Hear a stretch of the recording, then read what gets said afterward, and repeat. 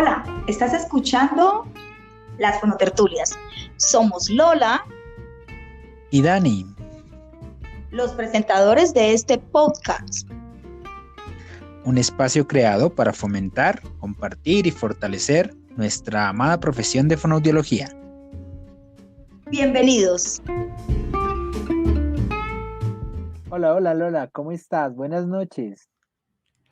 Hola Dani, muy bien, muchísimas gracias. ¿Cómo has estado? Yo muy bien. Hoy súper contento porque ya es nuestro 9º episodio, si no estoy mal. Es correcto, Dani. No estás mal, estás súper bien. Muy feliz de estar nuevamente aquí con ustedes, con nuestros escuchas. Y el día de hoy vamos a hablar de un tema pero muy interesante, porque tiene que ver con la niñez, pero desde muy pequeño.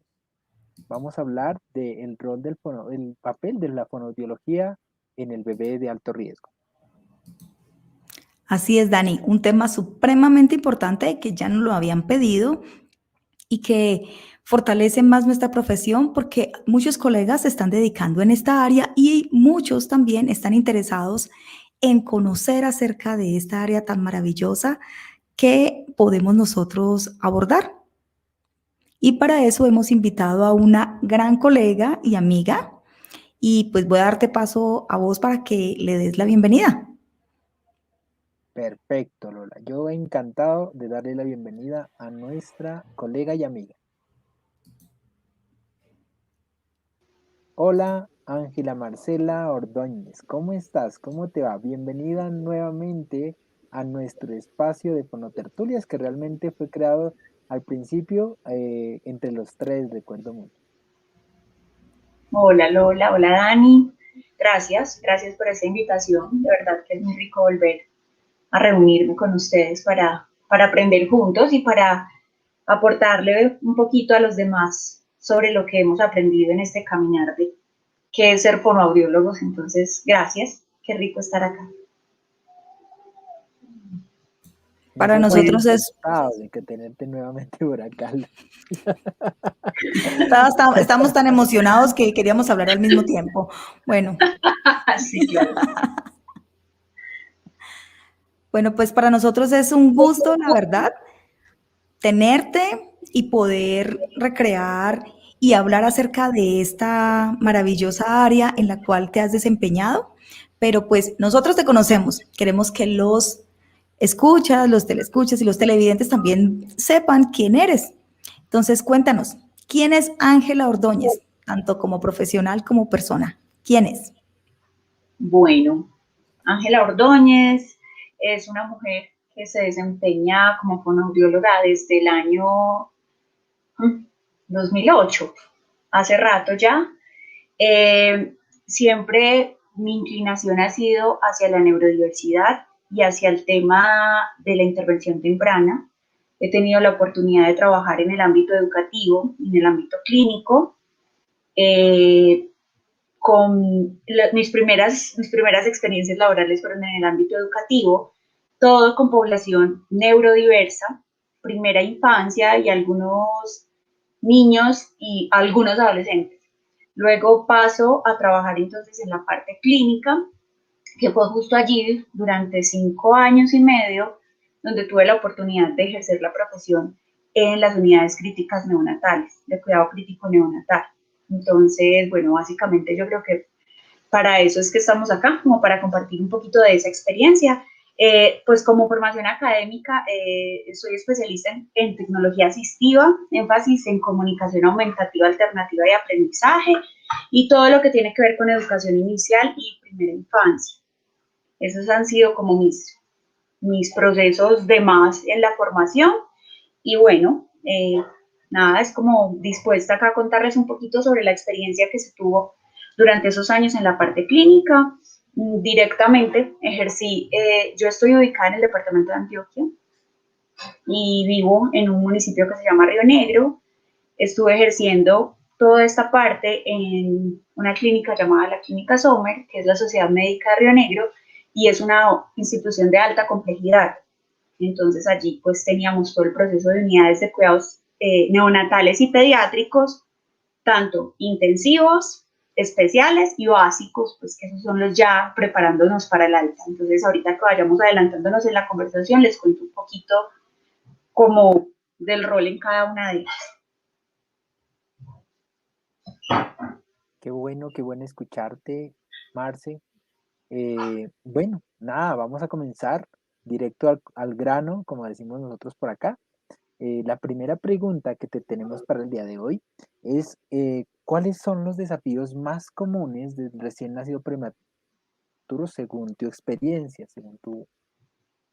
Bueno, yo les voy a empezar respondiendo esta pregunta con la frase que siempre les doy a mamás y a papás cuando me llegan a consulta con niños que hoy necesitan el proceso de fonoaudiología por comunicación y lenguaje, que nacieron prematuros.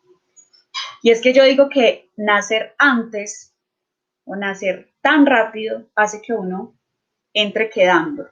Sí, es como una expresión pues muy de nosotros, pero sí, entro quedando porque a mí me empiezan a medir, aparte con unas escalas que son para niños que nacieron en el tiempo que debían haber nacido, y se supone que yo todavía no estoy preparado para tener esas habilidades, ¿sí?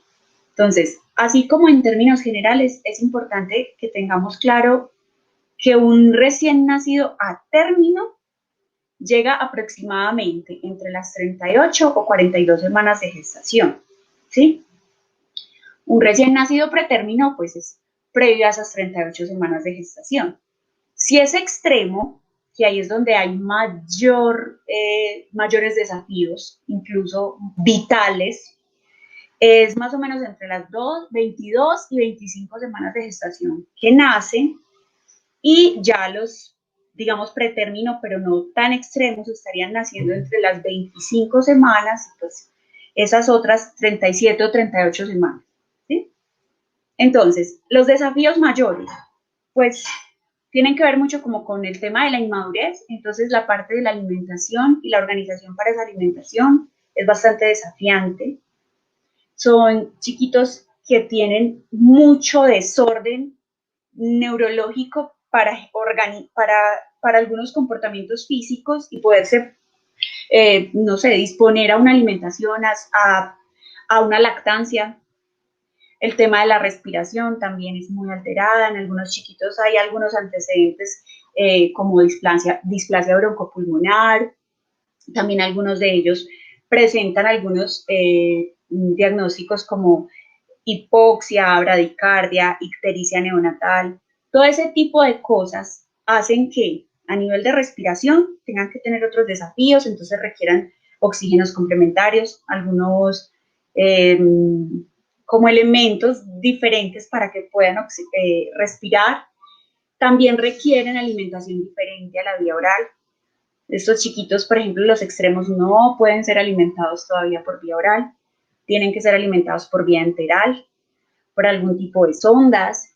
Entonces esto implica que tengan otros cuidados, que requieran otro entrenamiento, y súmale a eso que algunos de ellos nacen con pesos muy bajos.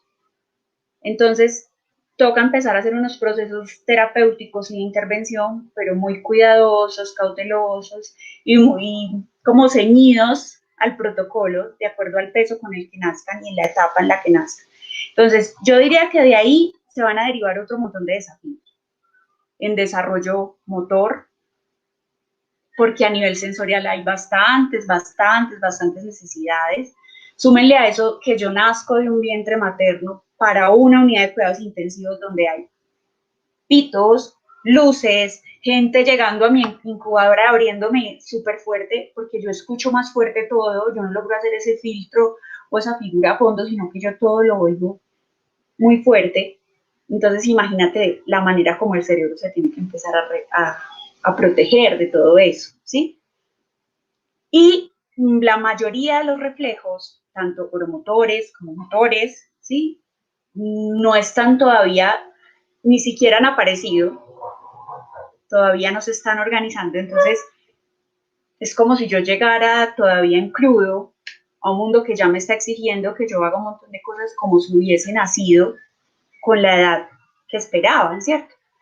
Entonces, bueno, eso es como en términos generales, porque si entramos pues en detalles de cada diagnóstico, de si es extremo o no es extremo, van a haber unos desafíos mayores, porque en el extremo pues está siempre el riesgo de la vida.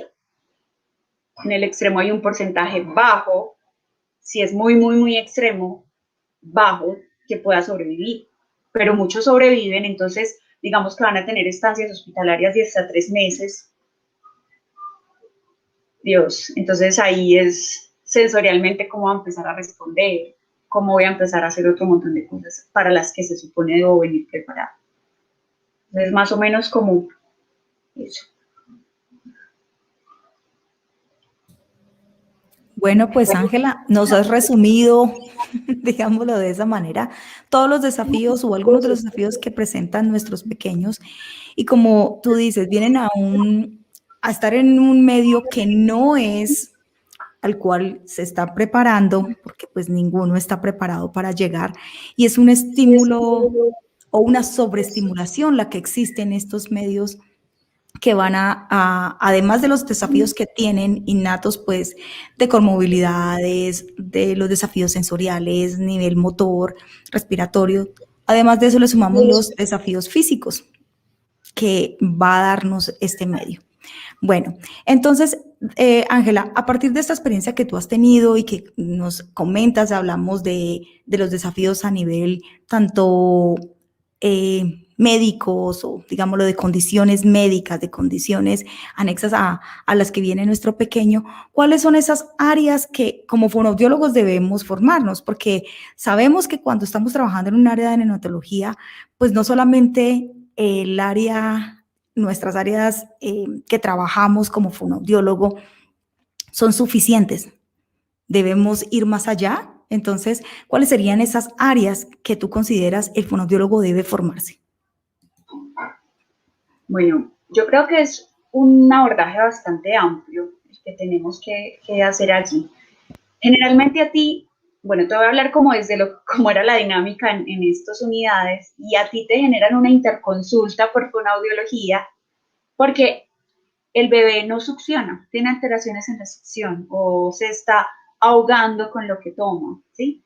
Entonces, casi siempre te envían es por alimentación. Entonces, tú como fonoaudiólogo debes saber de proceso de alimentación, debes saber de funciones oromotoras relacionadas con la alimentación, todo el tema del sistema estomatognático, saber cómo se desarrolla eso, en qué tiempos, durante la gestación, qué orden tendría todo el proceso, mandíbula, la lengua, cómo se supone debe ser todo el proceso de posición anatómico y fisiológico de las estructuras oromotoras, incluyendo cuello, columna, porque es que la manera como yo posiciono al bebé a la hora de alimentar me va a facilitar esa alimentación, me va a hacer que sea más segura y que sea más eficiente.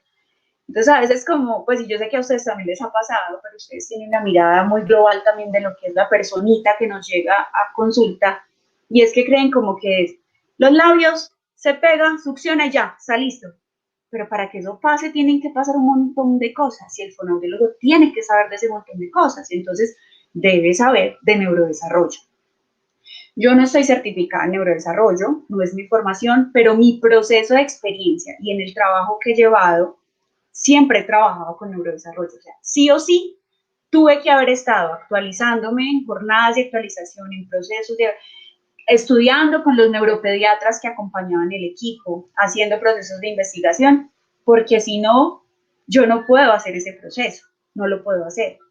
Lo otro es que sabemos que la fuerza de la integración sensorial es de los terapeutas ocupacionales, pero nosotros debemos saber de desarrollo sensorial para saber cuándo remitir. Pues claro que lo ideal, ahorita lo hablamos en lo del equipo, pero lo ideal es que siempre haya un terapeuta ocupacional con nosotros, pero bueno, a la ideal todavía nos falta, ¿sí? Entonces, todo el tema de alimentación, todo el proceso de comunicación y lenguaje. En comunicación es muy importante conocer también desde ese vínculo de madre e hijo, esos primeros signos de, no sé, conexión desde la mirada, en algunos chiquitos, no en todos, porque obviamente están muy chiquitos, muy maduros, pero la manera como se conectan comunicativamente los dos. independiente de cómo lo hagan, pero el cuerpo nos está comunicando y el fonoaudiólogo sabe leer eso. Y hay unos listas de chequeo ya organizadas en protocolos que te hacen mirar qué cosas tienes que observar. Debes saber, dentro de la alimentación, debes saber de lactancia materna. Porque la idea, por lo menos en la institución donde yo trabajaba, que era una institución, en ese momento estaba en proceso de certificación IAMI, que IAMI es Institución Amiga de Mujer y Infancia. Ya yo salgo de la institución y logran la certificación después, que actualmente son institución IAMI. Siempre, una de las banderas es la lactancia materna. Sabemos que hay chiquitos que por todas sus condiciones pues no la logran, pero sí hay un porcentaje muy alto que la puede lograr y por técnicas inapropiadas de intervención muchas veces la descartamos. Entonces el fonoaudiólogo debe saber de lactancia materna, tanto del proceso de organización del bebé como el proceso de la mamá, y eso se hace muy en conjunto con nutricionista. ¿Listo? Lo otro, audiología. Yo no soy audióloga, pero me acompañaba una audióloga que hacía todo el proceso de alertas tempranas en audición. Pues algunas de ellas las hacía yo, digamos, como en las evaluaciones iniciales, pero la mayoría de ellas tenían que ser complementadas con audiología. Y porque hay un protocolo, si es protocolo del ministerio, de cuando ya los chiquitos que estuvieron en unidades neonatales se les da egreso, se deben ir con orden para que en consulta externa se les haga todo el proceso de tamizaje auditivo neonatal. Eso antes no estaba reglamentado, pero ahora sí está reglamentado. Ahora sí está reglamentado. Dependiendo de las características de los niños y las niñas, se manda el tamizaje auditivo completo, porque hay algunas pruebas dentro del tamizaje que no están incluidas en el POS, hablando directamente del Sistema de Salud de Colombia, pero las básicas, pues no son básicas, esas son electrofisiológicas, pero por ejemplo el potencial evocado auditivo sí está dentro del POS, entonces se les envían como esas dos pruebas que sí están dentro del POS. En caso de que sea un cuadro clínico más complejo, pues bueno, ya los especialistas de la unidad se encargan de hacer como toda la revisión completa con las pruebas, incluidas las pruebas no POS. Eso se hace después de que los niños y las niñas son dados de alta. Entonces, es importante que como fonoaudiólogos sepamos de audiología. Yo no voy a hacer las pruebas, pero yo sí debo saber por lo menos mi pequeño qué necesita para poder guiar al equipo de trabajo a la hora de hacer la revisión. Entonces, redondeando, alimentación, comunicación, lenguaje y audiología. ¿Listo? Perfecto, Marce. Muy completa la respuesta. Considero que aparte de lo que nos has dicho, pues realmente también tenemos que tener en cuenta un poquito esta parte, como tú decías, de la sensorialidad, ¿cierto?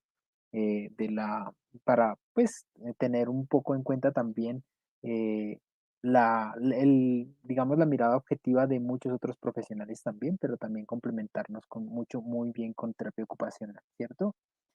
Marce, ya nos dijiste muchas cosas acerca del trabajo que se hace como fonoaudiólogo, pero me imagino que dentro del área de neonatología nosotros tenemos en cuenta o llevamos a cabo algunas otras, digamos, actividades. ¿Qué funciones el fonoaudiólogo realiza en el área de neonatología y pues también con el recién nacido? Bueno, yo me voy a ir como a 3 puntuales y de ahí vamos derivando algunas, aunque yo sé que en la anterior ya les respondí varias, pero por si de pronto se me va escapando algo. Y es el proceso de prevención, evaluación e intervención terapéutica. Prevención, ¿por qué?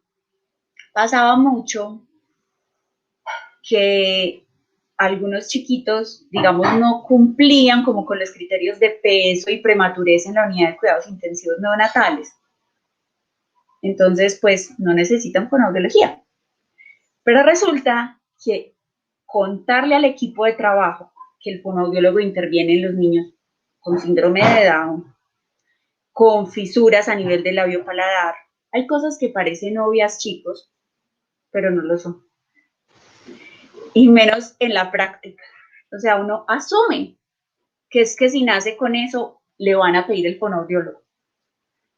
Y no, a veces no, porque como succiona, como se pega el seno y no hay lío, pero resulta que pueden haber problemas en la parte de la deglución. ¿Qué pasa si está aspirando o penetrando alimento a vía aérea y no nos estamos dando cuenta? Esos signos de alarma, ¿quién los detecta? Por aquí estamos, ¿sí?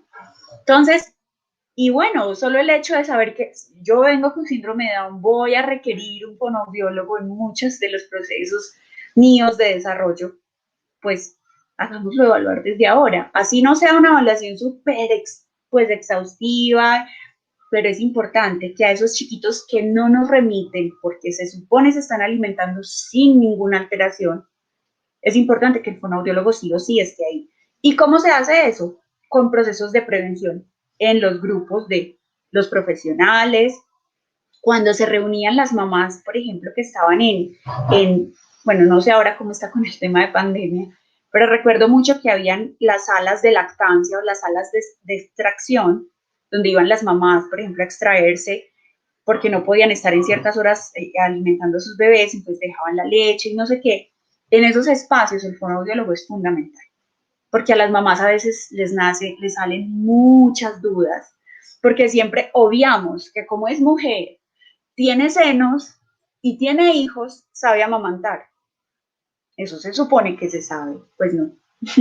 Y el fonoaudiólogo en eso acompaña los procesos de prevención para que no se les baje de peso, para que ellas eviten también de pronto algunas dificultades en su parte física, que a veces se presenta con una lactancia que de pronto tiene una técnica no adecuada. Entonces, ahí desde la prevención. Evaluación, todo lo que les decía ahorita, en la pregunta anterior. Intervención terapéutica, pues la idea es, lo ideal, es que el fonoaudiólogo todos los días haga ronda por las unidades de cuidados intensivos especiales o básicos para hacer como toda la intervención terapéutica, que ahorita más adelante hablamos como la diferencia, es como entre lo que es estimular y hacer de más, pero más o menos sería porque es preferible que el fonoaudiólogo o la fonoaudióloga esté ahí todos los días, un momentito, propicio para la estimulación y no que vaya una vez cada semana. Porque ¿qué pasa en los prematuros? La plasticidad cerebral hace que si el estímulo se hace adecuado, el avance sea muy rápido, cuando no hay, digamos, condiciones asociadas. Y aquí es muy importante que el fonoaudiólogo esté porque, pues primero, qué rico que los niños y las niñas logren rápido el proceso de alimentación vía oral, pero a nivel también de sistema y de términos económicos para la institución, porque así es importante contarlo, entre un chiquito más rápido nos logre, pues pronto va a poder salir de la hospitalización y se va a poder hacer el manejo desde casa o con consulta externa. Y ahí el fonoaudiólogo es fundamental. O sea, ese entrenamiento del fonoaudiólogo, esas visitas diarias que sean constantes, previas al momento de la alimentación o durante el momento de la alimentación, ahí es muy importante hacer ese tipo de acciones como tan frecuentes, porque eso va a garantizar más éxito en el tratamiento y por ende, pues si chiquitino va a ganar peso más rápido, va a lograr alimentación vía oral más rápido, pues obviamente va a disminuir estancias hospitalarias, ¿cierto? Entonces, sería como eso. Creo que esas son como las funciones. Bueno, otra, no, esta yo creo que no las mencionó ahorita, pero yo creo que por ahí sería como un resumen. Bueno, perfecto. Dale, Lola, con la siguiente pregunta para poder continuar.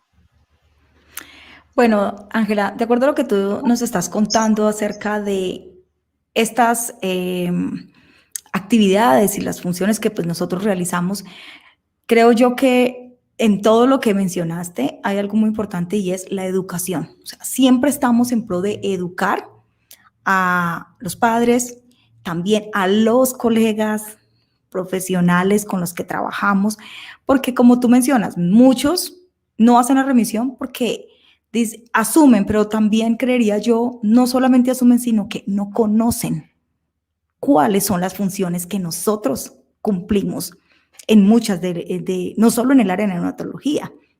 Entonces, a veces el no saberlo hace que se omitan estas remisiones que son básicas y fundamentales para cualquier proceso de cualquier chiquito.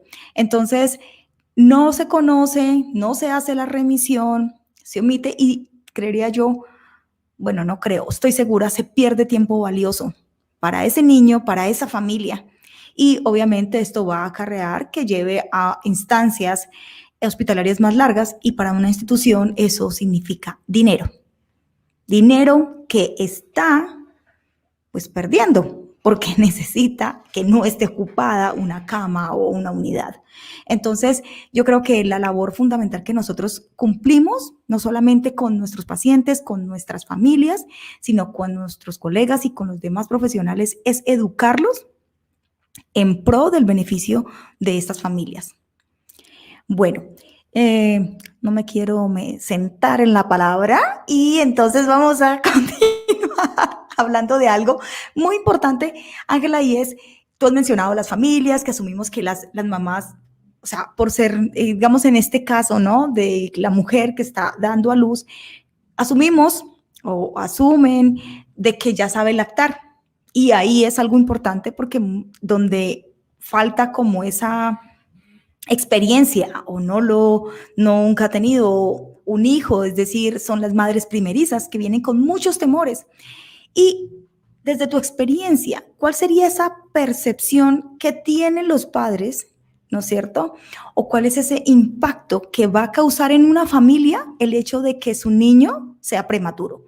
Porque viene la expectativa, bueno, el neonatólogo, el pediatra, dice son tantas semanas, el niño va a nacer en tal fecha, ya tienen organizado todo, pero resulta que ese chiquito dice, no, yo me voy a adelantar. Adelantémonos. Entonces, ¿cuál sería ese impacto, tú crees, y lo que tú has experimentado, ese impacto que causa en la familia? No solo los padres, sino en general la prematurez.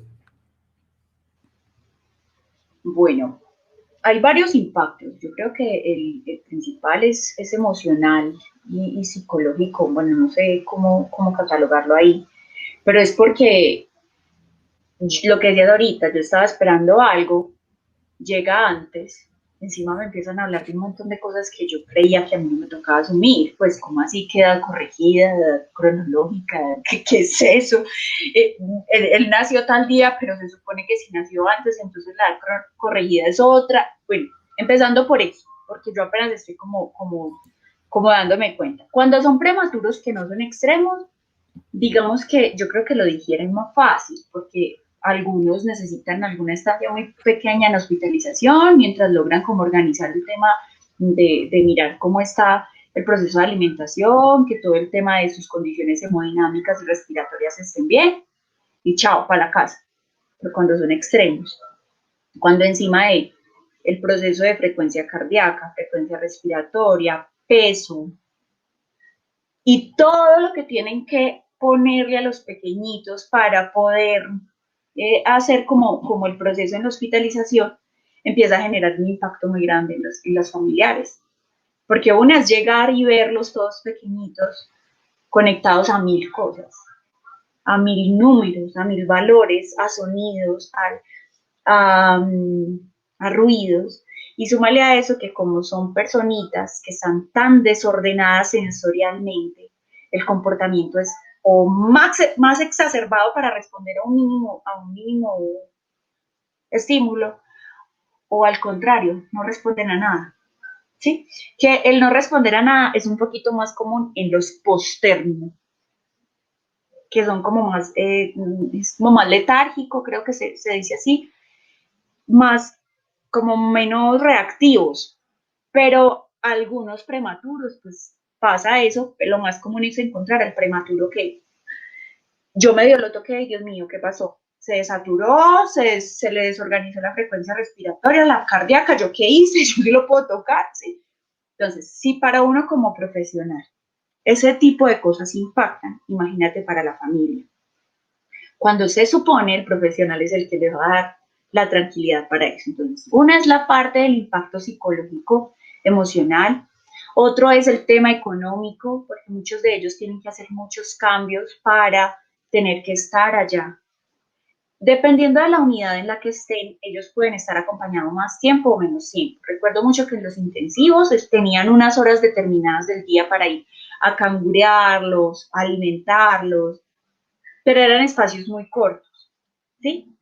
En los otros cuidados especiales, digamos que pueden estar un poco más de tiempo, y en cuidados básicos, que es cuando ya se están organizando para el egreso, pueden estar todo el día, porque si el bebé se va a alimentar vía oral a libre demanda, tiene que estar ahí disponible para cuando ellos pidan comida. Entonces, ahí es donde está la cosa. Listo, la mamá entra a un proceso ¿cómo es que se llama? La dieta, se me olvidó el nombre, de licencia de maternidad. Los papás también tienen ese proceso, pero aún así, por ejemplo, muchas familias tienen más hijos. En Colombia la mayoría de las familias tienen más de un hijo. Entonces, el otro hermanito, la otra hermanita, ¿quién me lo cuida? Los cambios de rutinas, el hecho de que papá y mamá ya no tengan que estar tanto tiempo acá. Yo les cuento así como una anécdota relacionada con eso, y es que en la institución donde yo trabajaba atendían muchas poblaciones de otros departamentos del país. Conocemos un poco la dinámica de nuestro sistema y se atendía mucho población indígena y población del Chocó. Eso no queda allí, queda muy lejos. Y yo vivo en una ciudad que es relativamente costosa. Entonces, imagínate el impacto económico. El hecho de saber que yo estoy por aquí tan lejos y allá, ¿quién le está dando de comer a...? Bueno, estoy hablando de una historia que se repetía constantemente. No todos lo viven, pero el impacto económico es grande. Tal vez algunos a nivel económico tendrán más cosas resueltas, pero el tema emocional es muy, muy tremendo. Otra cosa es que estamos en un boom de la lactancia. Yo soy defensora de la lactancia desde mi profesión, pero también conozco que hay algunas implicaciones, pues que por más que se intente, pues no se logra. Pero la mayoría de las mamás van con la expectativa de lactar. Mi niño va a tener lactancia materna exclusiva hasta los 6 meses y de ahí complementaria. Y así va a ser porque estamos hechos para eso y no sé. Y ¡plum! O intentan pegarlo al seno y el niño no da. Entonces eso emocionalmente a la mujer le da una vaina supremamente tesa. Súmale a eso todas las condiciones y muchos cuadros de depresiones posparto. Entonces yo en una depresión posparto intentando ser súper fuerte encima de mi niño en una condición de estas, ¿sí? Entonces como si todo eso se elevara a una potencia mayor. Algunas mujeres están solas también en el proceso, sin su pareja al lado, entonces eso emocionalmente tiene otros impactos. No sé, yo creo que trae un montón. Súmale a eso que salen de la clínica, pero requieren más apoyos. Entonces van a necesitar seguirlos llevando al doctor, a que lo mire constantemente el especialista que lo tenía que ver, a que le hagan los exámenes auditivos, que preferiblemente sea antes del mes de vida para evitar tenerlo que hacer bajo sedación o con la deprivación de sueño, que eso exige que toda una noche estén despiertos para que el niño se quede dormido en el examen. Bueno, eso tiene un montón de condiciones que de verdad a nivel emocional, a nivel económico y a nivel de rutinas tiene unos cambios tremendos, desacomoda mucho. Entonces, ahí es muy importante que el equipo interdisciplinario acompañe desde la empatía y que cada cosa que planee sea centrado en esa familia. O sea, eso suena muy bonito, en la práctica a veces no es tan fácil, pero sí es posible. Sí es posible, o sea, es que sí, es una persona prematura, pero es una persona prematura que nació en un contexto con estas y estas características. ¿Cómo lo vamos a manejar? Si es una mamá que me aprende rápido las técnicas que yo le voy a enseñar para que le haga antes de pegarlo al seno, pero si es una mamá que no, ¿qué? Si es una mamá a la que yo le tengo que explicar más. Bueno, o súmale otro caso que también era bastante común, mamás que también tienen que quedarse hospitalizadas, ¿sí? O algunas que fallecen en el momento del parto. Entonces es a quién voy a acompañar y a educar yo, lo que es ahorita la educación, para que acompañe la alimentación de ese bebé. Si están generando un duelo porque haya otra persona hospitalizada, o en un caso más doloroso, falleció, ¿sí? Entonces, no sé, estoy hablando de casos muy extremos, pero es que esos son los que veía constantemente. Hay muchos otros que simplemente lo viven. Sale mi chiquitín, lo vamos a hacer súper bien, vamos para la casa y nos vamos sanos y salvos muy rápido. Y es muy feliz, pero el impacto generalmente es complejo. Y es que, Marce, pues prácticamente uno tiene unas expectativas, me imagino, los padres tendrán algunas expectativas de su hijo, de cómo van a recibir a ese niño y les llega antes, como decíamos al principio, y entonces toda esa dinámica familiar comienza a cambiar. Me imagino que también las percepciones de esa dinámica, pues digamos, de todo lo que tiene que cambiar, también están ligadas a eso. ¿Qué percepciones tienen los padres sobre la prematurez, pues digamos, desde tu experiencia y qué desafíos enfrentan en su dinámica familiar?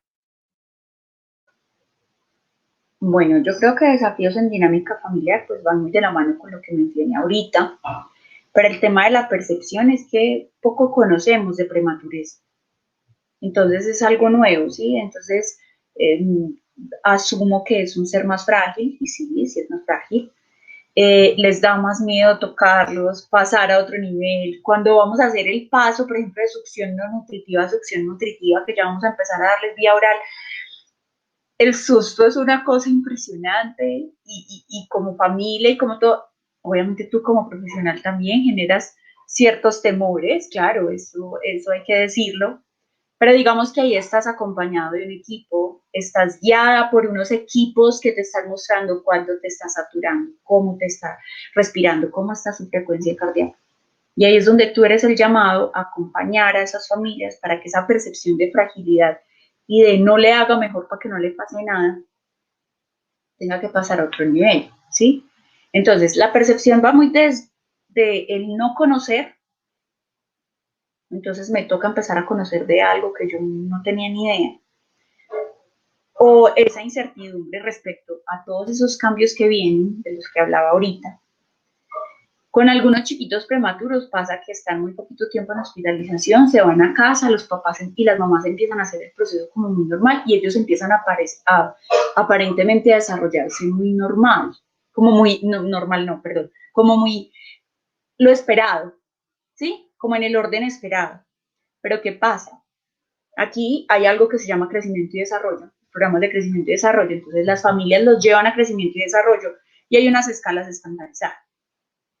Entonces, 3 meses, listo, a nivel motor, a nivel auditivo, pero no lo tienen, ¿cómo así? Venga, un momentico. Él se supone que tiene 3 meses porque hace 3 meses nació, pero venga, miremos realmente cuánto tiene. A esa edad en la que nació, vamos a restarle ese tiempo que se adelantó. Algo más o menos así, como bueno, listo, entonces, ¿cuánto es que realmente tiene? Yo no lo puedo evaluar con los 3 meses. Entonces, eso también en la percepción de las familias genera frustración, porque la manera como están diseñados los programas de crecimiento y desarrollo, yo sé que así tienen que ser pues, por muchas cosas, a veces generan como ciertas competencias sensación de competencia entre los papás y las mamás de los niños que están ahí. Pero si él ya tiene esa edad y el mío no también y no lo logra, ¿será que le está pasando algo más?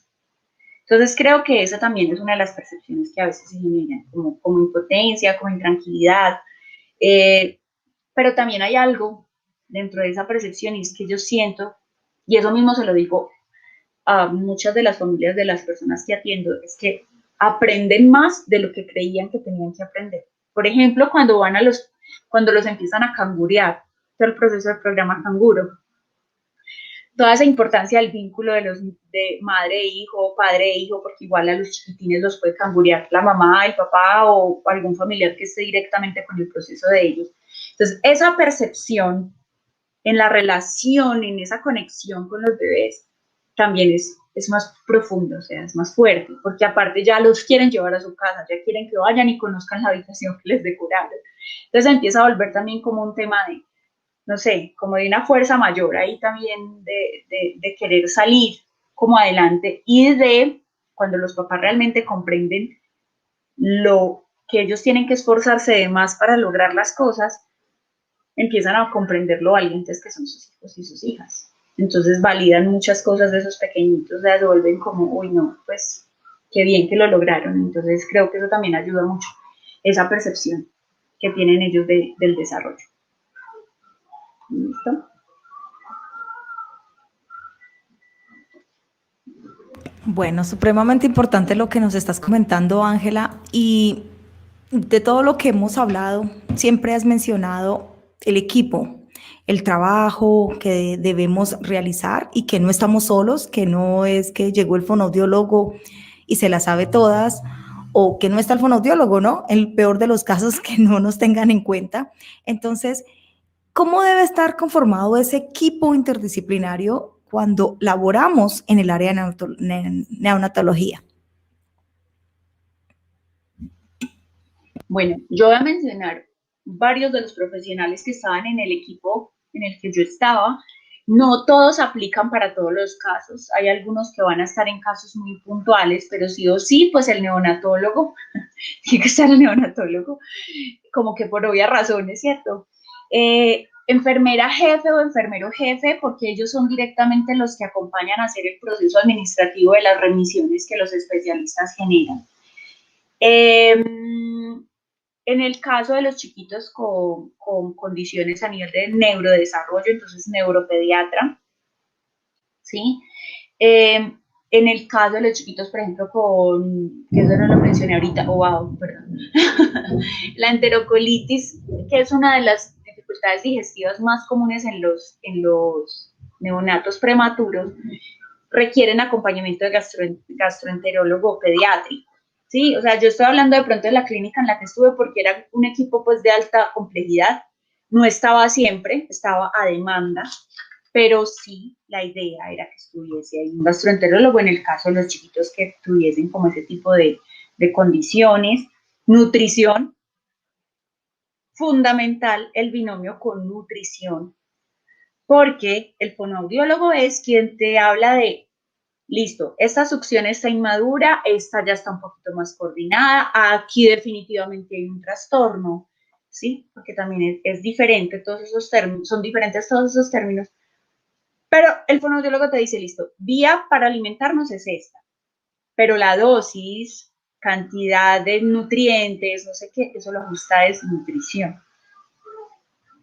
La manera como yo le voy a dar la alimentación, si se la va a seguir, entonces vía enteral, no sé qué, pero le vamos a empezar a complementar con copita, en el caso de los que requieren biberón, con biberón, o tantas tomas desde el seno, ¿sí? Entonces, el fonoaudiólogo dice, listo, está preparado para esta forma de alimentación, y el nutricionista te dice, con estas dosis, complementadas con esta para que no siga ganando peso. ¿Sí? Porque ahí es muy importante tener en cuenta, listo, yo succiono para poderme alimentar, pero si yo soy un prematuro, la succión me genera gasto energético, gasto calórico, tengo que hacer más esfuerzo del normal, entonces eso me genera pérdida de peso. De ahí la importancia que se pueda alternar ese tema de succión nutritiva y succión no nutritiva y nutrición, el profesional en nutrición, sea el que nos diga, listo, entonces ya le vas a empezar con succión nutritiva, pero tenemos que dejarle no nutritiva tanto, para que no se nos baje de peso. ¿Sí? Entonces ahí nutrición es el matrimonio perfecto, nutrición y fono. Y ni yo sé de cantidades, ni de nutrientes, ni nada, pues lo estudio como demás, pero no se supone que por mi profesión no sería mi fuerte. Y ellos no saben de lo que son funciones oromotoras, de sistema estomatognático, eso lo sabe el fonoaudiólogo. Entonces ahí tiene que haber un complemento. Por otro lado, auxiliares de enfermería, fundamental, porque algunos chiquitines no cuentan, dependiendo de la unidad en la que estén, no van a tener como esas visitas constantes de sus familiares y necesitamos que los auxiliares que van a estar ahí 24/7 nos acompañen en las estrategias que ellos puedan hacer diferentes a las de nosotros. Entonces, en ese entrenamiento, venga, lo va a posicionar es así, le va a pasar tanto, mire cómo está el diafragma, mírele la forma como los labios se están pegando. Eso nos lo va a apoyar un poquito el auxiliar de enfermería, porque él es el que está ahí todo el tiempo haciendo las cosas con el bebé. Bueno, audiólogo, lo que decía ahorita, más por el tema de alertas tempranas en audición. Otorrinolaringología, en el caso de los chiquitos que tienen de pronto algún tipo a nivel algo a nivel auditivo, otológico, o también el tema de los chiquitines con fisuras en labio paladar. Ahí debe haber otorrino y también debe haber cirujano, ¿sí? Porque ellos son los que nos acompañan como en el proceso de qué hay que hacer, en qué momento, ¿sí? Fisiatra en algunos casos, fisioterapeuta sí o sí, siempre, sino que, por ejemplo, cuando yo estaba en ese proceso, el fisiatra era directamente el que pedía las terapias físicas. Entonces ya el fisioterapeuta iba y hacía las terapias. Con Fono pasaba algo muy particular y era que a Fono lo demandaba el pediatra, el otorrino, el no sé qué, entonces llegaba directamente la remisión. Mientras que allá el paso a paso para fisioterapia sí tenía que ser sí o sí el fisiatra, previo a eso. Ideal, terapia ocupacional que sepa de integración sensorial. Sería ideal. Pero aquí, sabiendo que es algo que ya lleva tantos años, aquí en el tema clínico apenas estamos aprendiendo lo que es. Sí, o sea, directamente en la clínica. No hablo de todas las instituciones, de algunas, pero bueno, ahí vamos. Sería súper importante porque es que es el que nos va a decir, venga, pongámosle esto para que también a nivel propioceptivo tenga otros como otras entradas. Esto para que a nivel auditivo también se le modulen ciertas cosas, a nivel visual se le modulen ciertos bombardeos que su cerebro no está siendo capaz como de recibir. Entonces, eso sería ideal. Recuerdo que en el equipo no había terapia ocupacional. ¿Quién se me escapa? Yo tengo por aquí. Ay, terapia respiratoria. Casi que era como el primero que tenía que decir. Terapia respiratoria. Porque igual es él también, él o ella, quien nos dice también el soporte respiratorio que va a tener. Algunos van a tener cánulas, otros van a tener máscara, otros necesitan otro tipo. Algunos se van con oxígeno complementario, otros lo logran dejar. Y hay algunas de las terapias, sobre todo cuando ya se van a tomar decisiones muy, puede ser de la salida o de la vía respiratoria, no sé qué, que deben hacerse en conjunto. Porque terapia respiratoria está ahí acompañándote a mirar cómo durante tu intervención respiratoriamente está respondiendo. A ver si está listo para ese desmonte o no, si está listo para ese cambio a otra forma de alimentación. Entonces, terapia respiratoria es súper importante. Había un profesional que también estaba, me parece importante mencionarlo, era porque cuando ya eran condiciones que exigían de pronto una vía alternativa de alimentación no tan efímera, sino que tocaba dejarla por más tiempo, como lo es una gastrostomía, porque pues, por ejemplo, en una parálisis cerebral o en algo que indiscutiblemente requiera la gastrostomía. Había un profesional en cuidados paliativos y alivio de dolor, porque era quien acompañaba el proceso de las dosis conscientes en el momento de la anestesia, no sé qué. Bueno, eso no lo conozco muy bien, pero sí recuerdo que en los staff médicos, sobre todo cuando iba a haber ya la decisión de una gastrostomía, había un profesional en procesos de cuidados paliativos. Yo creo que ya, no sé si me escapa alguien, esa era como mi lista. No, pues creo que es súper completa y también pues lo que mencionabas a nivel de terapia respiratoria, también neumología, supremamente importante. Sí. Sí, el gastroenterólogo como mencionas, y nosotros como fonoaudiólogos que trabajamos de eglusión, tenemos que manejar esta temática de la parte respiratoria, que es fundamental, y la parte de gastroenterología también. Algo que mencionabas, Ángela, era acerca de la succión nutritiva y no nutritiva.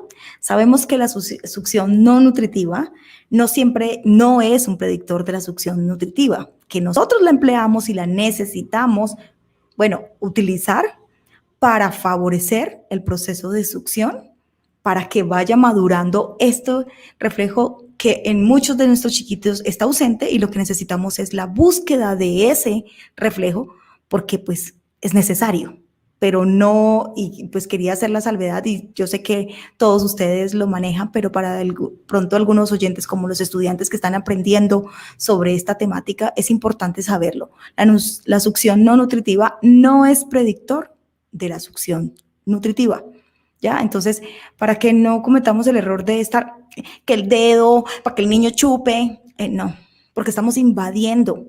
Viene un chiquito con desafíos a nivel sensorial, estamos brindando una estimulación sensorial, pero no podemos pasar del exceso, ¿cierto? Que ahorita vamos a hablar acerca de esto, y lo que vamos a hacer es desfavorecer esos procesos que de pronto llevamos, ¿cierto? Porque esto a veces es como un resorte, entonces vamos avanzando, pero surgió algo, el niño tuvo una recaída en alguno de sus temas y de pronto eso que estábamos ganando, o bueno, no nosotros, sino el pequeño, hace que tengamos que replantearnos y volver a iniciar de pronto algunos procesos que ya llevábamos avanzados, ¿no? Eso lo vemos no solamente, y más en el área clínica, eso es el pan de cada día, ¿no? Bueno, entonces, ahora sí, quería solamente dar esa pequeña pauta, compañeros. Y hablando, Bueno. y hablando de errores y salvedades, Lola, mi siguiente pregunta tiene que ver precisamente con algunos errores y es que a ver si Marce nos aclara cuáles son los errores más comunes en los que podemos caer nosotros como fonoaudiólogos al tratar al bebé de alto riesgo. Bueno, yo creo que estos errores transversan a muchas otras áreas, ¿sí? Pero voy a mencionar incluso como algunos que yo decía, pero pues esto tan bobo, pero no, no es tan bobo. Esto hay que decirlo porque a veces pecamos, porque eso lo tenías que saber. El primero es estudiar, actualizar, leer, intervenir basados en la evidencia. Estábamos jugando con la vida y el proceso de una persona. O sea, es yo creo que de los sectores donde más exigencias vitales tenemos nosotros como fonoaudiólogos con el paciente. Entonces, sí o sí tienes que estudiar, o sea, te tienes que preparar, tienes que saber de eso. Otro error es trabajar solos, porque yo contaba con un equipo, pero a veces tú tenías también mucha, digamos, como mucha libertad y pues tú organizabas el horario en el que ibas a hacer la ronda y digamos, tenías libertad de tomar ciertas decisiones, ¿sí? Pero frente a un proceso de esto, pues uno no está solo, entonces no es trabajar solo, no pedir ayuda también es un gran error, porque somos los fonoaudiólogos, se supone que es quienes debemos saber hacerlo, pero no a todos nos educan en este tema o no todos nos metemos por este tema. Y bueno, es muy importante que ese tema de estar pidiendo ayuda, preguntando también, no lo echemos en saco roto, porque el trabajo es en equipo. Algo que me parece súper importante y a la hora de trabajar en hospitalización en cualquier lugar, sobre todo en hospitalización, ¿por qué? Porque a la historia clínica la nutrimos muchas especialidades. Y es un gran error es no dejar por escrito toda recomendación, por muy pequeña que parezca. ¿Por qué lo digo? Porque muchas veces me tocó que llegaba y encontraba al bebé con un chupo así gigante y yo estaba intentando hacer otro proceso diferente antes de llegar al chupo, aunque en prematuros el chupo tiene sus ventajas, obviamente eso hay que revisarlo, pero es más por el tema de succión no nutritivo, como las ahorita Lola, más en tema de estimulación y ayudarle como en el tema de la coordinación. Pero muchas veces esa no era mi indicación y yo llegaba y los encontraba con, ¿sí? O bueno, vamos a dejar un día más la sonda y luego metemos no sé qué y llegabas al otro día y no tenían la sonda.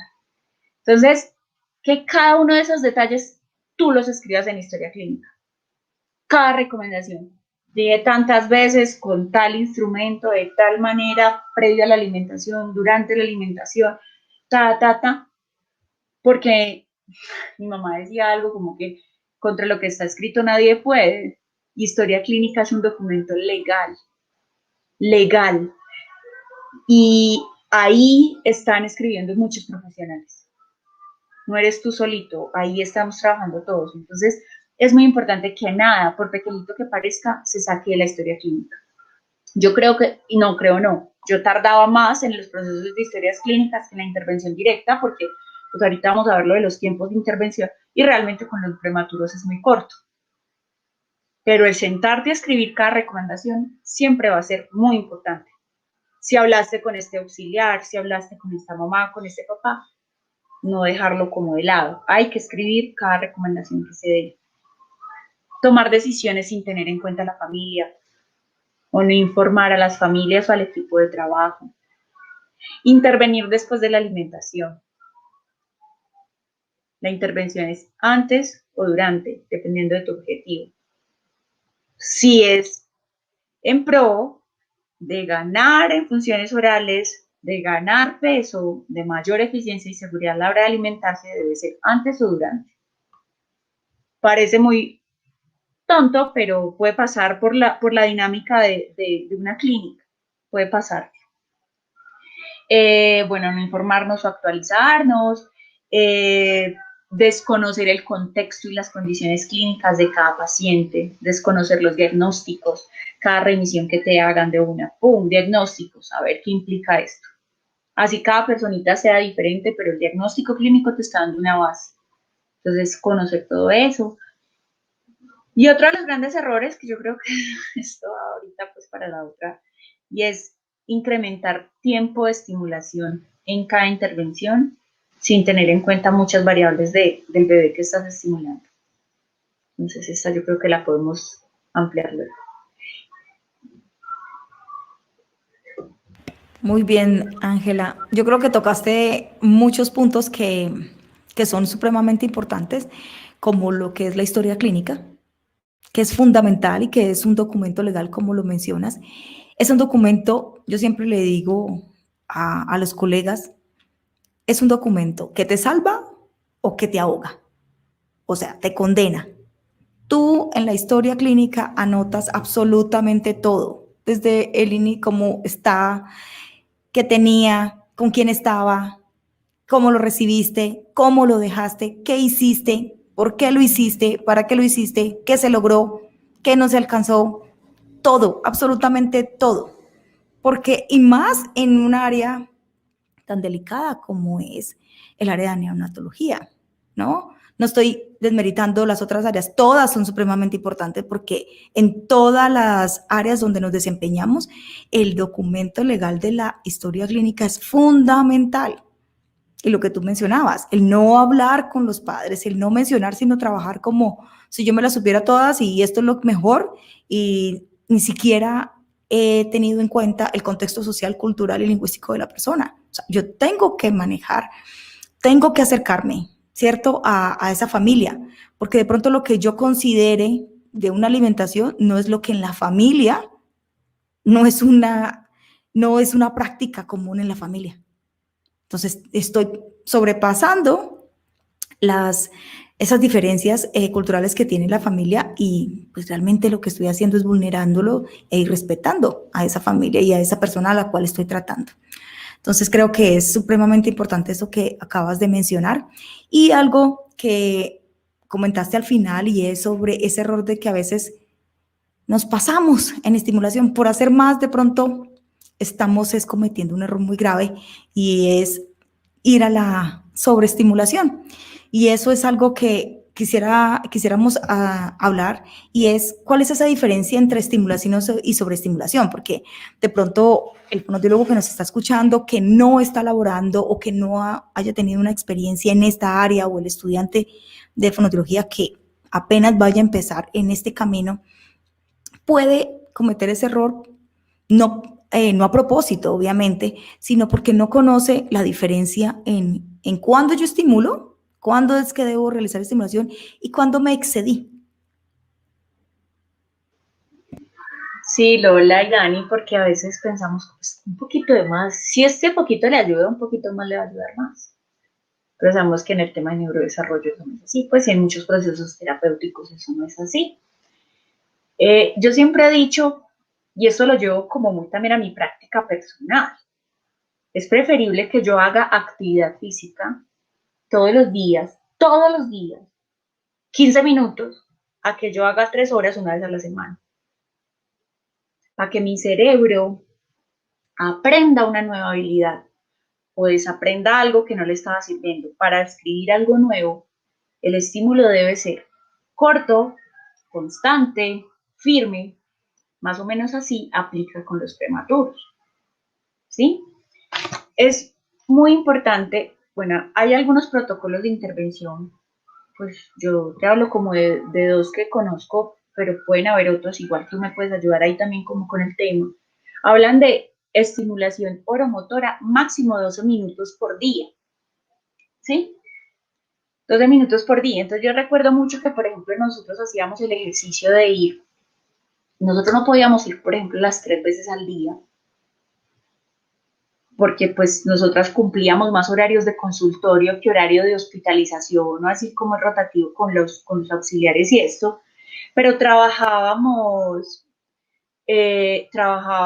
por ejemplo, en el que podíamos hacerlo, hacíamos por 4 minutos, yo iba empezando la mañana 4 minutos, en medio antes del almuerzo o algo así, otros 4 minutos, y trataba de dejar organizado para que en la tarde fuera mi compañera, fuera yo, o alguna de las auxiliares, teniendo en cuenta que los auxiliares no pueden hacer la terapia. La terapia la hace el fono. Pero mirar cuáles de esos ejercicios nos pueden acompañar en esto. Ellos, la idea es que lo hacíamos 4 minutos, 4 minutos, 4 minutos, y sumábamos los 12 minutos del día. Dependiendo de cómo veas al bebé, porque primero hay que tener en cuenta algo, y es que ellos ya están sobreestimulados. Hablábamos ahorita de los sonidos, del brillo, de los estímulos visuales. Súmale a eso que los cogen todo el día y ni les hablan bonito a veces. Está chiquito, entonces lo volteo para ponerle el pañal. Entonces no sé qué para la vena, no sé qué a la hora del medicamento, hora del tetero. Venga, ahí hay un ser humano. Primero, tener en cuenta que la estimulación debe ser primero distal y luego proximal. Si yo voy a ir a boca, antes de llegar a boca, pues lo primero que yo tengo que hacer es organizar la manera como está y empezar tocando manos, pies, e ir subiendo y entrando a la parte central de su cuerpecito. Luego le trabajo cuello, luego le trabajo mandíbula, cara, y si veo que se me va organizando, entro a boca. Teniendo en cuenta que cada uno de los estímulos en cada parte de la boca, de acuerdo al protocolo, tiene un tiempo y una duración. Casi siempre son 3 toquecitos por parte. O sea, no son cosas muy largas. Muchas veces pasa, pues eso está en la teoría, pero muchas veces pasa que tú haces uno y ya se desorganizó. Toca parar. Toca parar. Y más en los que de verdad tienen más necesidades o más, bueno, de pronto como unas condiciones clínicas más complejas. Entonces, es importante tener en cuenta la manera como lo organizo posturalmente para la alimentación.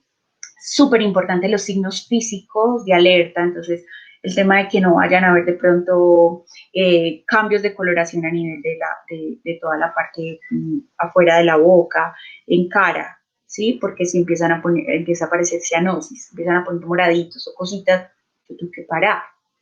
Ahí está pasando algo con la oxigenación, ¿sí? Yo tengo que mirar que a nivel de diafragma no haya como de pronto una expansión o de pronto una contracción muy fuerte. Yo tengo que estar pendiente todo el tiempo. Entonces, yo le estoy haciendo proceso aquí, pero estoy mirando todo el cuerpecito. Entonces, eso hace que yo sepa que hasta ahí puedo estimular, o puede que todavía no haya llegado al número de veces que debo dar el estímulo, pero si el bebé se desorganiza, yo debo parar. Yo debo parar y volver después. Pero entonces, generalmente se habla de esos 12 minutos diarios, sería lo ideal, como haciendo un redondeo. Entonces, miren que si a eso vamos y lo vamos a hacer antes de cada alimentación, pues no puede ser muy largo. Si yo paso de ese tiempo, paso de la forma como le voy a dar el estímulo, la técnica que voy a usar, puedo generar sobreestimulación si no lo posiciono adecuadamente. Si está llorando horrible, si lo hago después de que come, si tiene un reflujo y yo haciéndole le voy a generar náuseas, le voy a generar vómito. Vomita lo poquito que pasa, entonces ahí sí va a haber más pérdida de peso. Y eso después a nivel sensorial con la alimentación también va a generar otro montón de cosas. Entonces yo creería que pues esa sería la gran diferencia. Obviamente hay unas, como digamos, algo más técnico para diferenciarlo, pero como para no entrar en detalles de otros valores y eso, podría quedar claro así. Marce, nos hablas de, prácticamente esta pregunta no sabría cómo formularla bien, porque realmente mira que hay ya como tú dices, sobreestimulación en el ambiente desde que el niño prematuro nace, ¿sí? ¿Hay alguna forma de evitarla? ¿Hay alguna forma de evitar esa sobreestimulación? Pues yo creo que une siguiendo los protocolos que estén estipulados para la intervención, porque sí o sí deben haber protocolos. A nivel nacional hay uno, hay otros a nivel internacional, o cada institución puede tomar de los que estén y adaptar o adoptar, dependiendo como lo que vaya a ser el proceso, para llevar a cabo la intervención.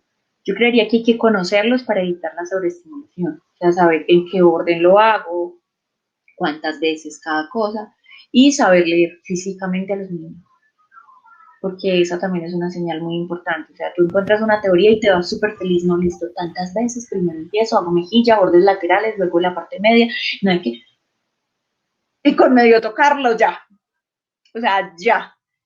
Pero también es aprender de maneras para organizarlo, porque algunos se logran organizar con algunos estímulos vestibulares, y en eso, por ejemplo, sí necesitamos un terapeuta ocupacional que sepa el tema, o que nosotros como fonoaudiólogos pues conozcamos de neurodesarrollo, ¿cierto? Evitarlo conociendo. Yo creo que ahí mencionas algo y de lo que estás hablando de organizar a nuestro chiquito, la importancia de conocer el perfil sensorial de cada chiquito. Claro, viene ya con desafíos sensoriales, pero es la importancia que tenemos de formarnos en integración sensorial sin ocupar el puesto de un terapeuta ocupacional, sino desde el área de fonoaudiología, porque es importante. Es que estamos hablando de procesos que son netamente sensoriales. O sea, la estimulación táctil, la estimulación vestibular, ¿no? No todos los chiquitos les voy a poder hacer una estimulación vestibular. No todos voy a poder hacer una estimulación táctil. Debo trabajar respiración. Entonces, ¿por qué no hacer una estimulación olfativa? Pero ¿cuándo sí y cuándo no? ¿Cuándo sí aplica y qué texturas, qué olores puedo yo estimular y cuáles no? Hay chiquitos que responden, como hay otros que no van a responder de la misma manera. ¿Cómo organizarnos? ¿Cómo organizar? Podemos manejar neurodesarrollo de la organización, pero a veces el chiquito no responde, ¿cierto? Pero ahí donde está la experticia y el prepararnos y rodearnos de un buen equipo para poder trabajar. Muchas veces nos rodeamos de equipos, sí, pero a veces el neonatólogo no sabe de eso. El neurólogo tampoco lo sabe. ¿Quién maneja eso? Los terapeutas. Y pues como tú decías, no todos los terapeutas. Yo puedo toparme con el respeto pues, de todos los profesionales de un terapeuta ocupacional, pero de pronto ese no ha sido su área o no ha sido su formación o no se ha especializado en esa área, ¿verdad? Entonces, ¿qué? ¿Voy a dejar al niño sin nada? No, yo tengo que buscar, tengo que leer, tengo que estudiar, tengo que certificarme, tengo que buscar evidencia. Y a veces, como decimos, no tenemos el paciente del libro. Ese no, el que nos enseñaron, ese no. Pronto uno, y eso, cuéntelo como suerte, pero eso no. No, no y no. Exactamente, como dices, Dani, no hay una receta de cocina. Entonces, por ejemplo, tenemos, como tú dices, el protocolo. Sí, son 12 minutos, listo. ¿Por qué? Porque el neurodesarrollo nos dice que después de esto, los estímulos de sobreexcitación pueden ocurrir, bueno, eso lo sabemos, ¿cierto? Pero entonces no es para que ahorita vayamos a coger de 12 minutos y entonces 3 aquí, no, ¿cierto? Entonces es saber la diferenciación y tener en cuenta la persona. Yo siempre digo, o sea, es un individuo, a esa persona la tienes que aprender a conocer, porque puedes tener 10 prematuros y todos son diferentes, todos se comportan diferente, ¿cierto? Así como cuando estamos, como la neurodiversidad, todo el mundo diferente. Ah, no, pero es que tiene esta condición, pero todos son diferentes, todos tienen estilos diferentes. Así que hay que adaptarnos a y centrarnos en la persona y la familia. ¿Listo? Bueno, entonces ahora sí, Dani, estábamos hablando de la estimulación y la sobreestimulación.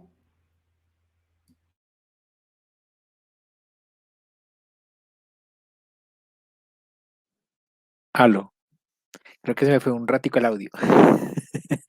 Lola, la pregunta que tengo a continuación es que si crees que existe o cómo evitar, no, espérame. ¿Crees que existe alguna relación entre los desafíos que tuvieron los niños en sus inicios de la alimentación y el rechazo alimentario que puedan exhibir en edades posteriores? Bueno, yo creo que eso lo hemos hablado un poquito ya, pues no, de pronto no de manera muy explícita, pero sí, sí existe una relación, porque es que comer es un acto motor, sensorial, tiene muchos componentes. Y si mis primeras experiencias con la alimentación, que yo siempre les explicaba a los papás y a las mamás, es que ellos nacen a conectarse con el mundo a través de la boca. Y sus primeras experiencias en el mundo con la boca son con sondas, con medicamentos, con un montón de cosas que antes los violentan.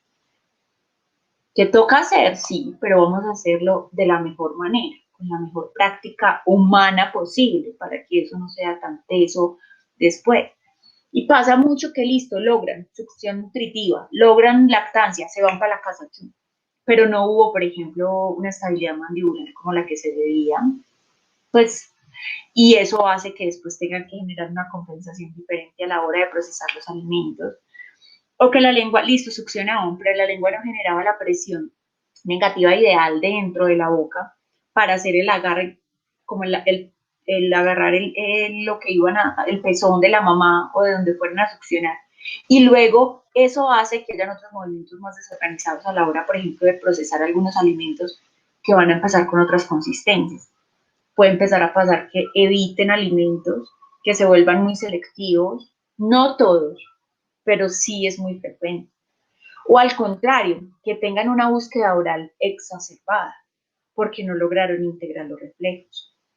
Entonces es muy importante conocer de reflejos orales, conocer de cómo se integran, a qué edades, en qué orden, para que a la hora que nos llegue un chiquitín con esas alteraciones sensoriales a nivel de alimentación, nosotros sepamos, pues obviamente si ya tiene dientes, pues yo no voy a salvar succión directamente ahí pues con el dedo, no sé, o sea, tendré que buscar otras maneras, ¿sí?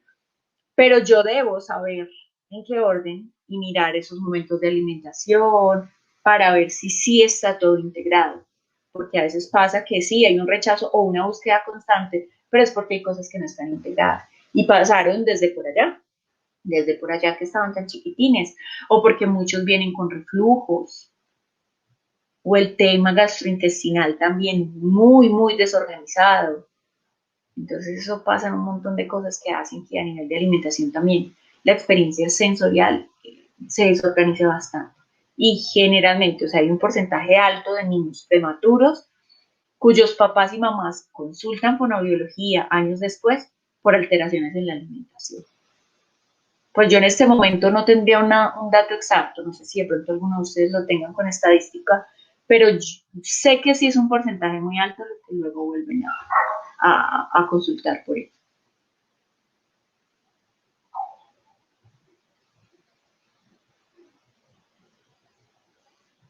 Es así, Ángela. Yo creo que, o sea, es como una hipótesis que creemos todos, ¿cierto? Que nos hacemos la pregunta cuando estamos viendo tantos casos en este momento de rechazo alimentario, ¿cierto? Tantos chiquitos selectivos y es tratando de como encadenar esos antecedentes que nos puede mostrar, ¿verdad? O sea, ¿por qué hay tanto chiquito que está presentando selectividad en la alimentación, ¿verdad? Tal vez ahorita la estudiamos más, pues tenemos conciencia acerca de esto, lo conocemos como fonoaudiólogos, tal vez anteriormente no era un área tan explorada, pero cuando hacemos como ese cruce de información, nos encontramos con un porcentaje que no podemos dar un dato exacto porque es una investigación que es un dato que podríamos realizar de investigación, donde nos muestra, bueno, estos niñitos tienen este rechazo de alimentación. Cuando vamos a mirar la información previa, pues nos encontramos con que son prematuros, con estancias en UCI largas, ¿verdad? Donde estuvieron expuestos, donde la alimentación oral fue muy posterior, donde de pronto hubo sobreestimulación, ¿verdad? Al error que podemos caer de sobreestimular por creer que de pronto lo estamos realizando bien, por desconocimiento o de pronto por no conocer también el perfil de nuestro chiquito. Bueno, Ángela, hemos hablado acerca de la familia, del equipo, de los desafíos que puede presentar nuestros niños. ¿Y crees o conoces tú programas de apoyo familiar que existan dentro de las instituciones o que de pronto no existan, pero cómo nosotros podríamos apoyar, ayudar a estas familias a generar estos programas de apoyo? Porque pues son familias que necesitan de este servicio, ¿no? No solamente pues en psicología, porque pues obviamente debe estar dentro del equipo un psicólogo, pero cuando no se accede en la institución, bueno, que de pronto es raro no tener acceso a la psicología, pero de pronto también son los padres que de pronto ellos no quieren, ¿no? Porque también tenemos que tener en cuenta esto, que muchos padres de pronto todo esto es nuevo, otros no creen, otros por sus culturas, creencias lo rechazan. Entonces, ¿cómo crear estos programas de apoyo familiar y por qué ayudar? ¿Por qué ayudan estos programas de apoyo? Antes de seguir con los programas de apoyo, se me olvidó el psicólogo en el equipo. Dios, ¿cómo lo hice? Nadie, no faltó. Que mis Deben estar los compañeros de psicólogos. no me estén escuchando.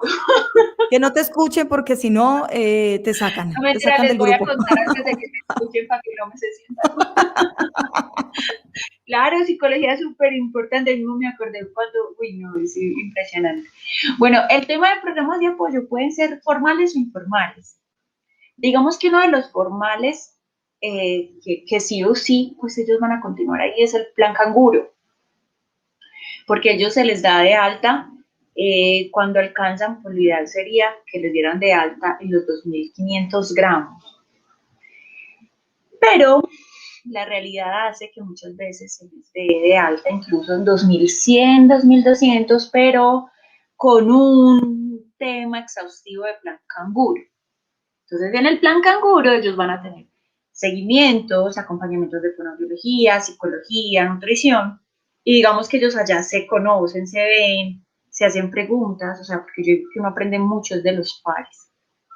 Realmente yo no sé en este momento de pandemia cómo estén pasando ese tipo de cosas, pero yo recuerdo mucho, en ese momento se me viene ese programa formal, pero también había muchas redes informales. Y dentro de la misma clínica hay otro profesional que se me pasó, trabajo social. Trabajo social se encargaba precisamente de generar esas redes entre mamás, papás, de pronto con niveles económicos de mayores necesidades o niveles emocionales con más factores de riesgo, y generaba como esas conexiones, hacían una serie de reuniones, unos acompañamientos. Y desde la clínica recuerdo que había una fundación también que acompañaba como esos procesos, ¿sí?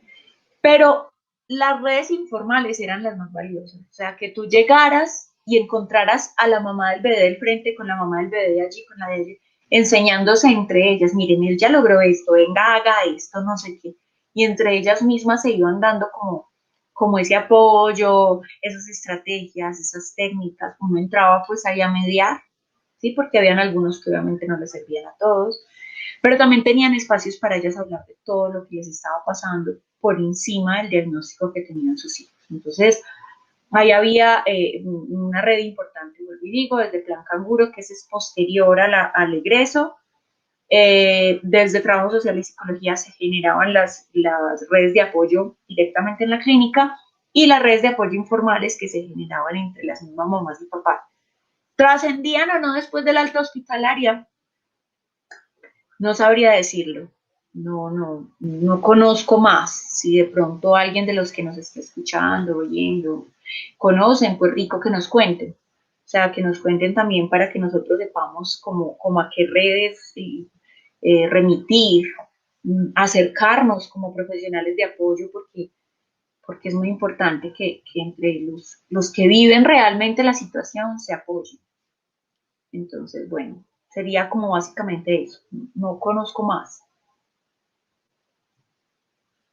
Marce, las redes de apoyo muy importantes para esa intervención integral que necesitan los niños neonatos de alto riesgo y, importante también los programas de atención familiar para llevar ese acompañamiento, ¿cierto? Marce, desde tu experiencia, ¿cuál es la importancia y el rol que debemos jugar como fonoaudiólogos entonces en el área de neonatología? Bueno, yo creo que el rol, pues ya lo hablamos ahorita. Importancia, pues mucha. O sea, y creo que somos nosotros los llamados a hacerlo notar. Porque muchos de los profesionales no conocen que realmente nosotros hacemos todo esto. Y si nosotros no entramos, mostramos, contamos, vendemos el servicio, la importancia no nos la van a dar. Pues porque nutrición está dando lo que él necesita a nivel de nutrientes, cantidades, no sé qué, y la mamá lo está intentando pegar al seno. Y enfermería, porque hay muchas enfermeras que son directamente, por ejemplo, allá en la institución, eran entrenadas en lactancia materna, entonces ellas las acompañaban en el proceso de lactancia. Ahí, ¿para qué voy a llamar a un fono? No, pero venga un momentico, sí, hay que llamar al fono. Entonces, yo creo que somos nosotros los llamados a decir, venga, fono se necesita por esto, esto, esto y esto, y ahí ese rol del fonoaudiólogo que educa es el que puede jalonar eso, ¿sí? Es hacernos ver como importantes. Y más cuando los niños empiezan a mover y de verdad disminuye el tiempo de estancia hospitalaria. Ahí, en ese impacto, sí o sí llaman al fonoaudiólogo. Pero nosotros tenemos que mostrar que podemos apoyar en eso.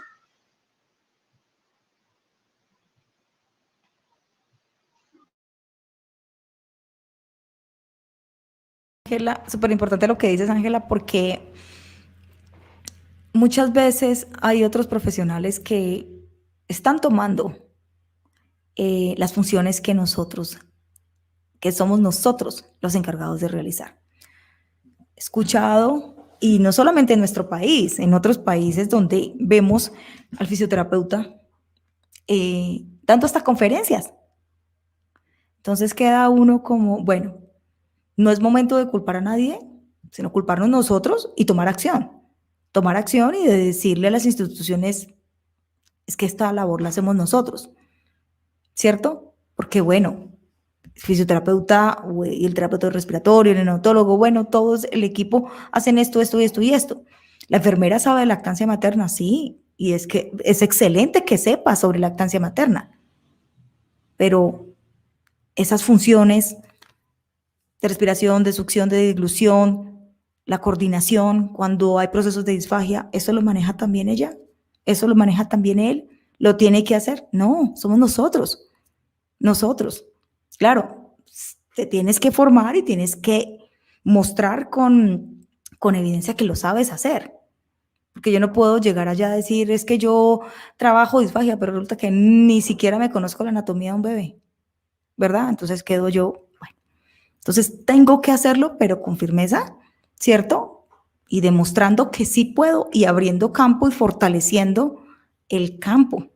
Porque pues no solamente en una institución, y a veces cuando son instituciones de cuarto grado, de cuarto nivel, pues no se necesita un solo fonoaudiólogo, o sea, tiene que haber un equipo, no podemos permitir que solamente sea un fonoaudiólogo que trabaje porque tampoco podemos sobrecargarnos, porque también tenemos que cuidar nuestra salud mental, porque así como el impacto genera de la prematuriz se genera en las familias, también en el profesional, porque es mucho la expectativa que tiene la familia, los demás colegas, la institución, el gerente y todo el mundo sobre ti, ¿verdad? Y están buscando también, bueno, en qué momento o falla, o si realmente lo hizo, o a veces tienen demasiadas esperanzas, ¿no? Más que expectativas puestas en la persona.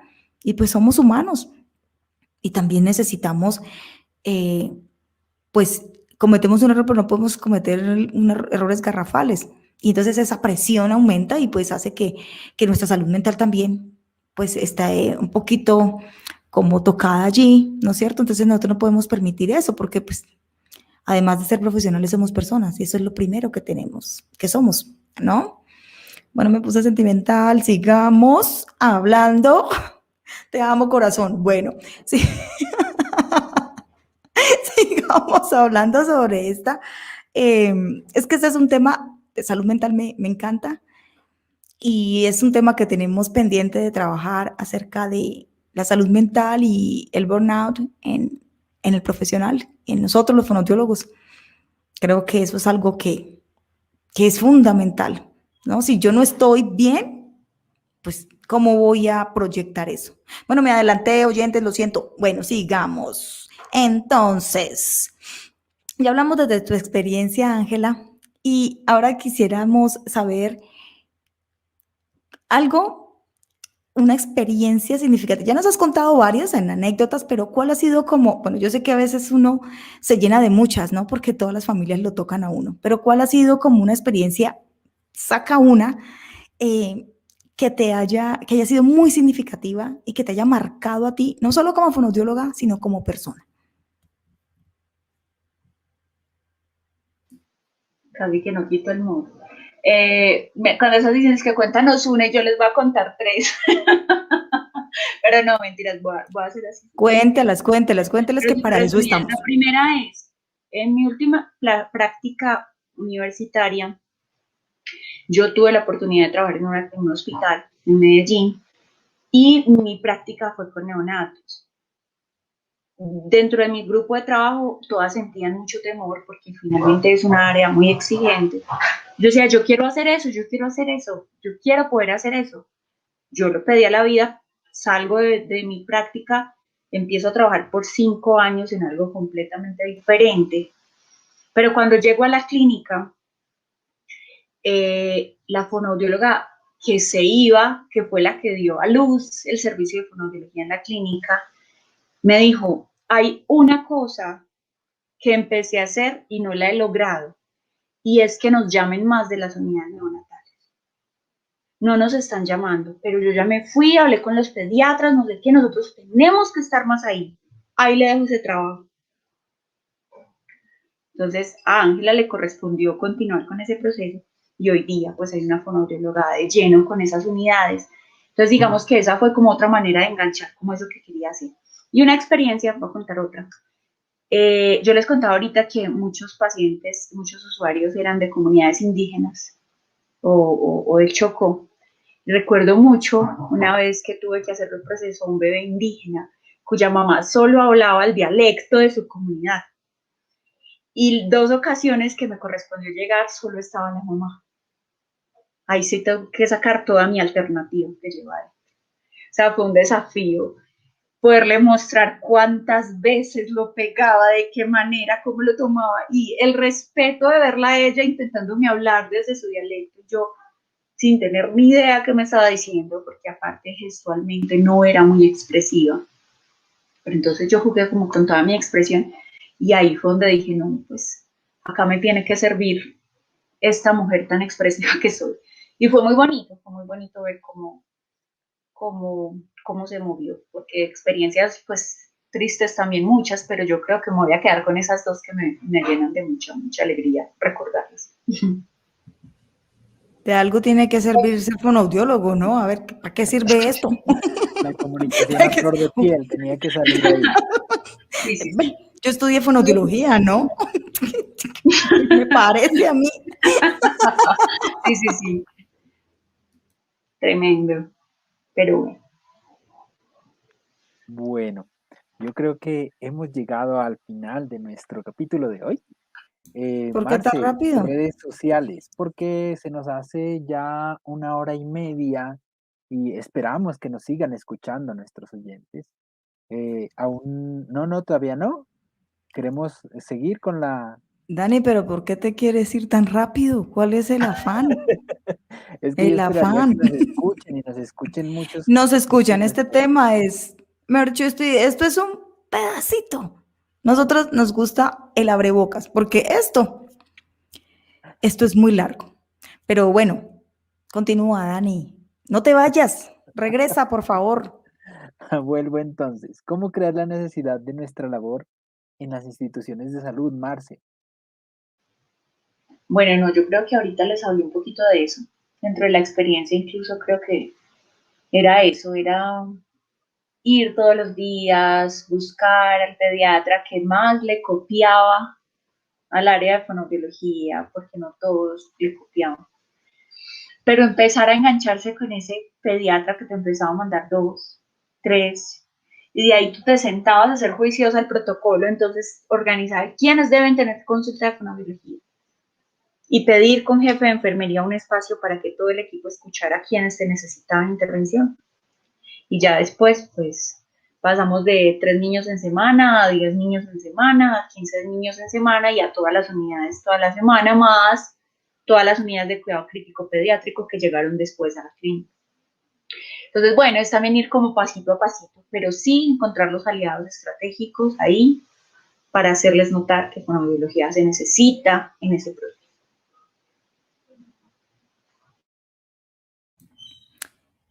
Bueno, ahora sí, Ángela, un mensaje final a aquellos, tanto los profesionales, nuestros colegas, como a los que están iniciando esta carrera, a los que ya están estudiantes y que van a empezar de pronto sus prácticas profesionales en esta área. ¿Cuál sería el mensaje que les dejarías? Bueno, Lola, pues a los estudiantes, que esta carrera es muy amplia. O sea, que esto tiene tela de dónde cortar, donde miremos y que cada vez que hacemos descubrimos nuevas cosas, que cada que se habla de esto uno se apasiona más, que le pierdan el miedo a esta área de trabajo, porque siento que muchos les tienen miedo, pero es porque desconocemos. Entonces, formémonos de verdad para que podamos tener bases teóricas para poder llevar a cabo una intervención basada en evidencia que de verdad le genere a los niños y a las niñas y a las familias lo que ellos necesitan. Y bueno, yo diría que un ejercicio, un mensaje a equipo de trabajo y a familias de personas prematuras que crean en los niños, que respeten su proceso, que todos los niños son muy diferentes, que ellos pueden hacerlo, pero a su manera y en su ritmo, y que el que no logra estabilidad se puede sustituir con otro recurso, pero que hay que hacerlo y que por favor, sean humanos a la hora de dar los diagnósticos. Porque los diagnósticos como tal, en papel, es una cosa muy fría y dura, pero que acompañemos, que no supongamos que por el hecho de que todas las redes sociales nos salen de síndrome de Down, sepan de síndrome de Down, que por el hecho de ser prematuro y todas las redes sociales tengan información, se sabe lo que es. Cuando ya a uno le tocan las experiencias, bajar esa información es otro cuento. Entonces yo creo que la humanización a la hora de dar los diagnósticos y los pronósticos la tenemos todavía que trabajar un poquito más.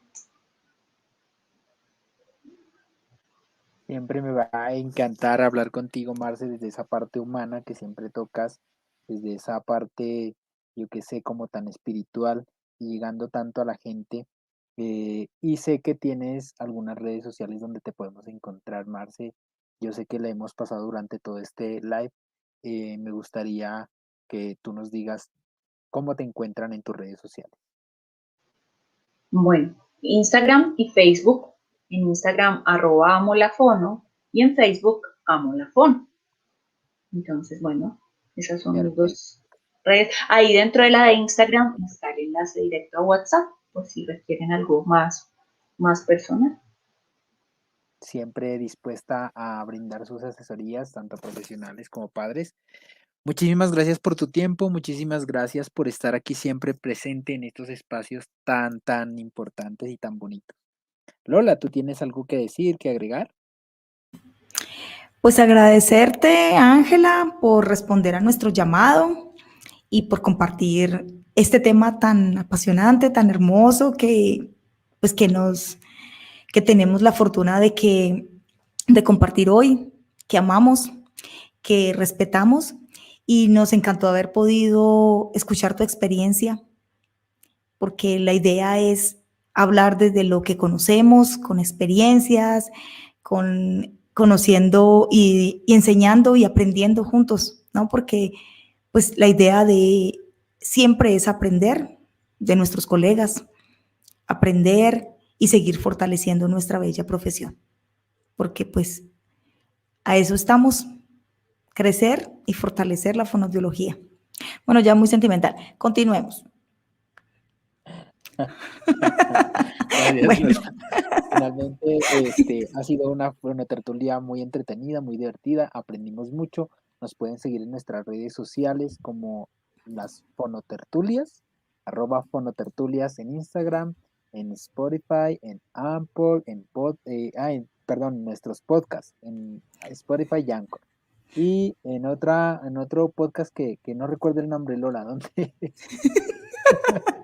Bueno, Dani, nuestras redes sociales están ahí. Léanlas. No, mentiras. Estamos en Facebook, estamos, en Apple Podcasts, Spotify, Anchor, y en todas las redes de podcast nos pueden encontrar. Colocamos esas que son las principales, pero en todas estamos. ¿Listo? Ha sido un gusto que hayan estado aquí con nosotros. Esperamos que sea de su total agrado. Si tienen comentarios acerca de esta u otras temáticas, recuerden dejarlos, y les dejamos este podcast y los demás episodios que ya hemos estado trabajando anteriormente. Un abrazo muy fuerte para todos y nos vemos en una próxima oportunidad. Chao, chao. Chao, chao. Gracias, chao.